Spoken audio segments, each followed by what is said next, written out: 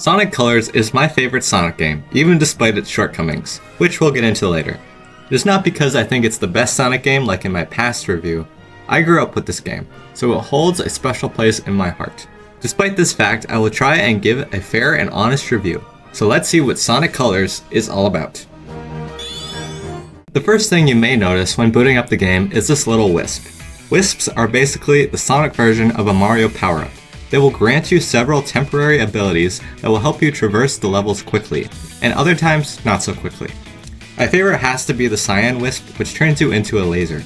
However, my least favorite has to be the Cube, which is literally just a P-switch from Mario, and you have to slow down to use it. Wisps are an essential part of getting S ranks in this game. You get an S rank if you use Wisps if they're available, collect rings, and collect Red Star rings. The Red Star rings are kinda like star coins, but they're a lot easier and rewarding to find. Although one thing I don't really like is some red rings you have to wait to unlock the required Wisp to collect them, and a lot of the time that means I can't get an S rank. But it does add replay value by forcing you to replay the levels if you're going for 100%, so it's more of a personal preference. The game at its core is a lot less ambitious than past Sonic games. You may think that that's a bad thing, and it kinda is since there are a few exciting parts while playing, but there aren't any boring parts either, just aggravating parts sometimes. Sonic Colors strikes this middle ground of being a very chill, average game. Instead of starting you with a super long cutscene explaining the story, you're just thrown right into the game after you press start. It's kind of a callback to the old Sonic games where they just put you right in from the menu. Another example of Sonic Colors' simplicity is the world map. Instead of a big world map to explore like in past games, we just have this level select screen. It serves its purpose. Instead of many collectibles, now we just have one in the form of red rings. And the story itself is a lot simpler. The story revolves around Eggman capturing a race of aliens called Wisps, and using their energy to make a mind control beam in space. I actually really like the story because it harkens back to the original Sonic game where Eggman would capture animals to use in robots.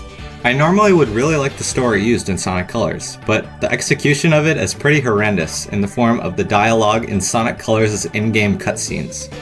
The lines are very cheesy and obviously aimed toward kids, but there is a way to make jokes, both for kids and adults, and not just have body odor jokes. It was first translating as horrible body odor. I personally was never bothered too much by this because the cutscenes themselves don't overstay their welcome, and it can be fun to watch Sonic and Tails because that's not something I typically see in games like Mario, which is all I really play. As long as they're not making their 5th McNosehair joke.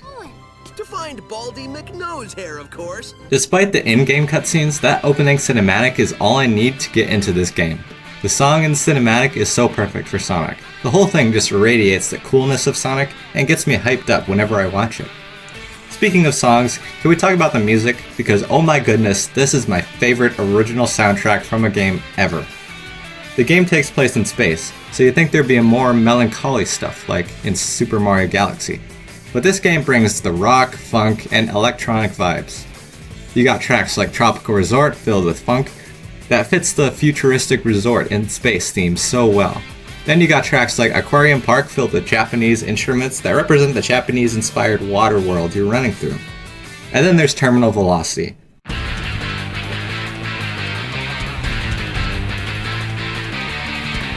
Oh boy, where do I start with this one?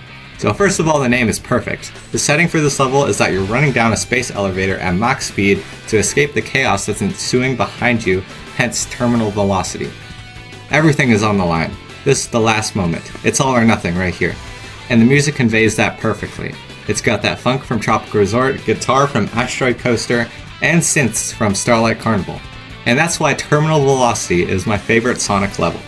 On the topic of good Sonic levels, Sonic Colors has some absolutely incredible level themes. This game takes place in space, so of course they have got to have a gorgeous space world with flashing neon lights everywhere.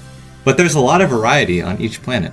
You got a food/industrial world, which is super unique, a Japanese/water world, which is just breathtaking, and a very forestry world that's under construction by Eggman.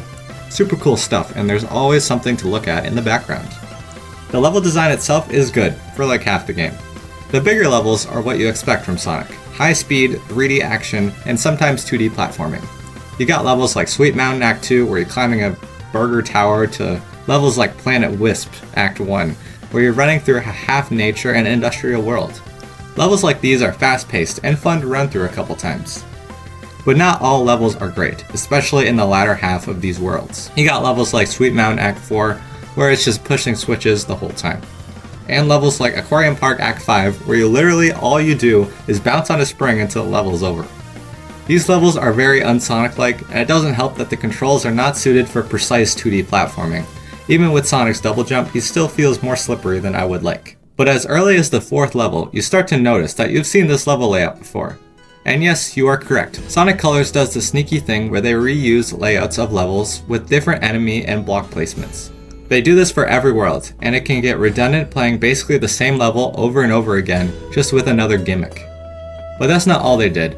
Originally, each area had a big act that took about 3 minutes to get through. But to add more content to the game, they split the big level into 2 smaller acts. It is most apparent in Aquarium Park Act 1 and 4, where Act 1's ending is identical to Act 4's start. I really wish they kept the old levels because the levels would feel more complete. Another thing they decided to reuse is the bosses. The first 3 bosses are different and fun and very epic, but the latter 3 bosses are just all harder versions. I personally am disappointed that they did this, but honestly these bosses are just fun, so I'll gladly face harder versions of them. I did wish they did something original, however. Now, before we get to the final boss, you can actually unlock Super Sonic beforehand since he's not required for the final boss, unlike most other Sonic games. To unlock him, you have to get all the red rings and play these bite-sized Sonic levels in Game Land. These are alright, if not more levels to play. The blocky aesthetic gets really tiring to look at though, and there's not much to say here with these levels because they're all really basic. While Super Sonic is cool to use, I would actually say it's better not to use him for some levels since you can't use wisps with him. And you can't even use him to fight bosses either, but he is very cool. So you race down terminal velocity, fight the final boss, which is super cool by the way. Eggman uses all the wisp power against you, which is a cool gimmick. The boss is so good that they reused it for 2 other Sonic games, those being Lost World and Forces. You give your final blow with all the wisps and bam! It's not over yet. As a last hurrah, you must outrun this giant growing black hole. Sonic briefly dies, but is saved by the wisps, and bam, you just beat Sonic Colors. Overall, Sonic Colors is a fun game to play. I never had a moment where I wanted to just quit outright, even in the 2D sections. If you're looking for a fun Sonic game, or even just a fun game in general, I would absolutely recommend this game. I rate Sonic Colors a Cubot out of Blue Wisp.